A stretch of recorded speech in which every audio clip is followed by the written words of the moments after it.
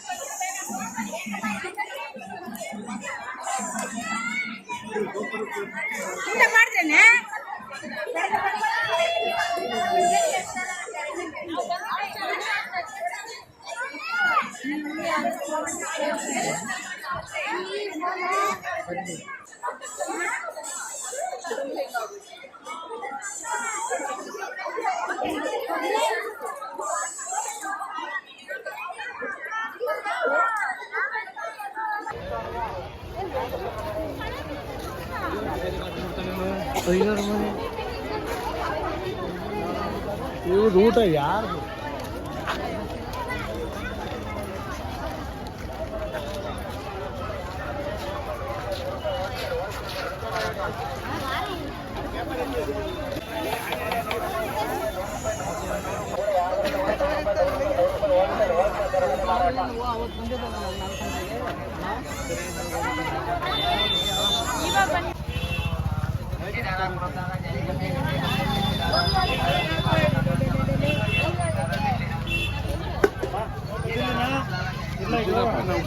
ಯಾವ್ದು ನೋಡಲ್ಲಿ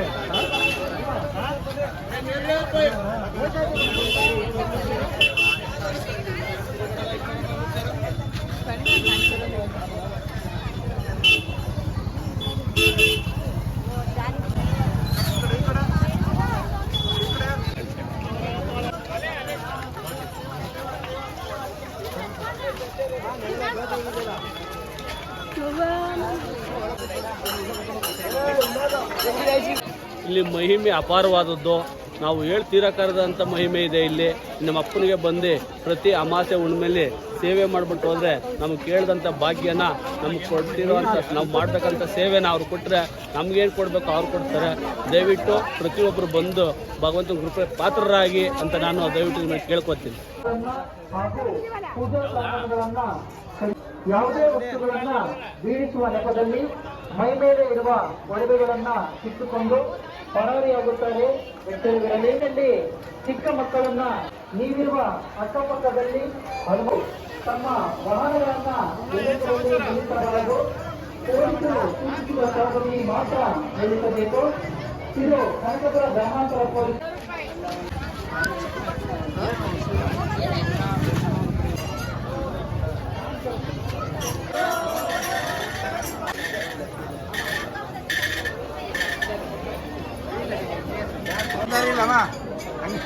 ಬರೋ ದಾರಿ ಬಿಡಿ, ನೀವೇ ನಿಂತ್ಕೊತೀರ ದಾರಿ ಬಿಡಿ.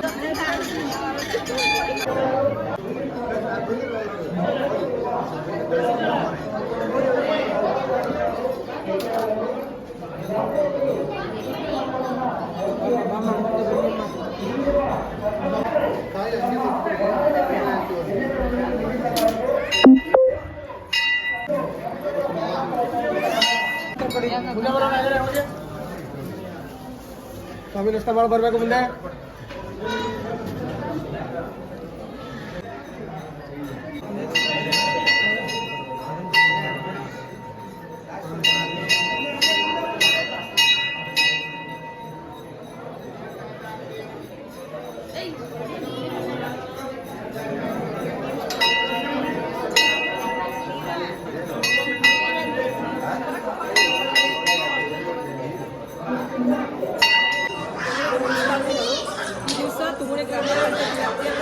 ಗ್ರಾಮದಲ್ಲಿ ಆಂಜನೇಯ ಸ್ವಾಮಿಯ ಬ್ರಹ್ಮ ರಥೋತ್ಸವ ಚೆನ್ನಾಗಿ ತುಂಬ ವಿಜೃಂಭಣೆಯಿಂದ ನಡೀತಾ ಇದೆ. ಭಕ್ತಾದಿಗಳು ಸಾವಿರಾರು ಜನಸಂಖ್ಯೆಯಲ್ಲಿ ಹೆಚ್ಚಿನ ಜನಸಂಖ್ಯೆ ಈ ವರ್ಷ ತುಂಬಾ ಜಾಸ್ತಿ ಜನ ಬರ್ತಾ ಇದ್ದಾರೆ. ಇಲ್ಲ ವಿಶೇಷತೆ ಹಿಂದಿನ ಕಾಲದಲ್ಲಿ ಪುರಾಣದಿಂದಲೂ ಕೂಡ ವೆಂಕಟರಮಣ ಸ್ವಾಮಿ ಆಂಜನೇಯ ಇಲ್ಲಿಗೆಲ್ಲ ವಾಸವಾಗಿದ್ದು ಹೋಗಿದ್ರು ಬಂದಿದ್ರು ಅಂತ ಒಂದು ಇತಿಹಾಸನೇ ಇದೆ. ರಾಮರು ಕೂಡ ಇಲ್ಲಿ ಹೋಗಿದ್ರು ಅಂತಲೂ ಬಂದಿದ್ದು ನೆಲೆ ಮುಂದೆ ಮುಂದಕ್ಕೆ ಹೋಗಿದ್ದಾರೆ ಅಂತ ಒಂದು ಇತಿಹಾಸ ಕೂಡ ಇದೆ. ಇಲ್ಲಿ ಮಕ್ಕಳಿಗೆ ದೊಡ್ಡವರಿಗೆ ಚಿಕ್ಕವರಿಗೆ ಯಾವುದೇ ಒಂದು ಕಾಯಿಲೆ ಬಂದು ಕೂಡ ಮಕ್ಕಳಿಗೆ ಒಂದು ನಂಬಿಕೆ ಇಲ್ಲಿ ಆಂಜನೇಯ ಸ್ವಾಮಿಗೆ ಬಂದು ಒಂದು ತೇರು ಹಾಕ್ಸಿದ್ರೆ ಈ ಸನ್ನಿಧಿಗಳಿಗೆ ಬಂದರೆ ಒಂದು ಅಂತರ ಕಟ್ಟಿಸಿದ್ರೆ ಮತ್ತು ಎಂಬಂಜರ್ ಗೋಯಿ ಅಂತ ಅದು ತುಂಬ ಇತಿಹಾಸ ಪುರಾತನದ್ದು. ಅವರು ಕೂಡ ಸಿಂಹದ ಜೊತೆ ಹಿಂದೆಗಡೆ ಮಾತಾಡಿದ್ರು ಅಂತ ಕೂಡ ಇತಿಹಾಸದಲ್ಲಿ ನಮ್ಮ ತಾತ ಮುಖ್ಯಮಂತ್ರಿ ಮಾತುಗಳು ನಾವು ಚಿಕ್ಕ ಮಕ್ಕಳನ್ನು ಕೇಳಿದ್ದೀವಿ. ಈಗ ಅದೇ ನಂಬಿಕೆ ಕೂಡ ಇನ್ನೂ ಇದೆ, ನಡ್ಸ್ಕೊಂಡು ಹೋಗ್ತಿದ್ದಾರೆ. ಆಂಜನೇಯ ಸ್ವಾಮಿಯಿಂದ ಎಲ್ರಿಗೂ ಒಳ್ಳೆಯದಾಗ್ತಾಯಿದೆ. ಇವತ್ತಿನ ಬ್ರಹ್ಮೋತ್ಸವದಲ್ಲಿ ಸಾವಿರಾರು ಭಕ್ತಾದಿಗಳು ಜನ ಬಂದಿದ್ದಾರೆ.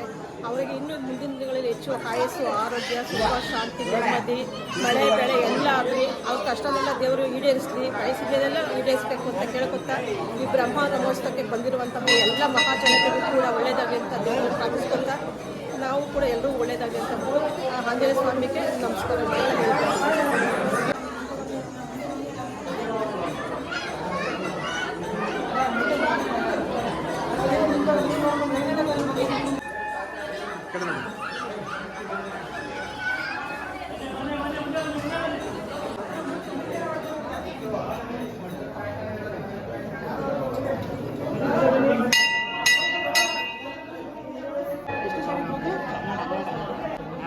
ಹನ್ನೆರಡು 4/2025 ಶ್ರೀ ತಪ್ಪುನಹಳ್ಳಿ ಗ್ರಾಮಸ್ಥರಲ್ಲಿ ಶ್ರೀ ಅಭಯ ಆಂಜನೇಯ ಸ್ವಾಮಿ ಬ್ರಹ್ಮರಥೋತ್ಸವ ಹಾಗೂ ಸೀತಾರಾಮ ಕಲ್ಯಾಣೋತ್ಸವ ಹಾಗೂ ಫಲಪಂಚಾಮೃತ ಅಭಿಷೇಕ ವಿಜೃಂಭಣೆಯಿಂದ ನಡೆಯುತ್ತದೆ.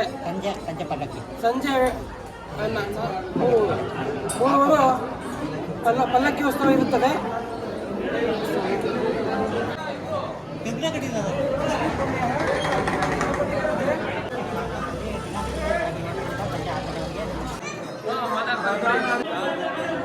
ಮತ್ತೆ ಏನಂದರೆ ಈ ಸಾರಿ ವಿಶೇಷವಾದ ಜನ ಜಾಸ್ತಿ ಸೇರಿದ್ದಾರೆ. ವ್ಯವಸ್ಥೆ ಎಲ್ಲ ಮಾಡಿದ್ದಾರೆ. ಮತ್ತು 12 ಗಂಟೆಗೆ ರಥೋತ್ಸವ ಆಯಿತು, ತೇರು ಹೇಳಿದ್ರು.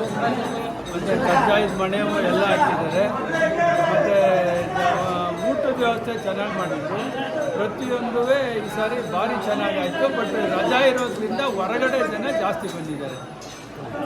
ಹಾಲಿಡೇ ಇತ್ತಲ್ಲ, ರಜಾ ಇರೋದ್ರಿಂದ ಇಷ್ಟು ನಾವು ಪ್ರತಿ ವರ್ಷ 6 ಗಂಟೆನೂ ಕೊಡ್ತಾ ಇದ್ದೆ ಲಾಡು. ಪ್ರತಿ ವರ್ಷ 5,000 ಲಾಡು ಮಾಡಿಸ್ತೀವಿ. 6 ಗಂಟೆ ಕೊಟ್ಟರು ಇನ್ನೂ ಇರೋವು. ಈ ಸಾರಿ ನೋಡಿ ಇಷ್ಟೊತ್ತಿಗೆ ಆಗೋಗಿದೆ, ಅಷ್ಟು ಜನ ಬಂದಿದ್ರು ಈ ಸಾರಿ. ಅದರಿಂದ ವಿಶೇಷವಾಗಿ ಆಂಜನೇಯ ಸ್ವಾಮಿ ಭಕ್ತರು ಎಲ್ಲರೂ ಏನು ತೊಂದರೆ ಇಲ್ಲ. ಎಲ್ಲ ಇದು ಇಲ್ಲಿ ಒಳ್ಳೆ ಇದಿದೆ. ಆಂಜನೇಯ ಸ್ವಾಮಿ ಅಂದರೆ ವಿಶೇಷ ಇದು.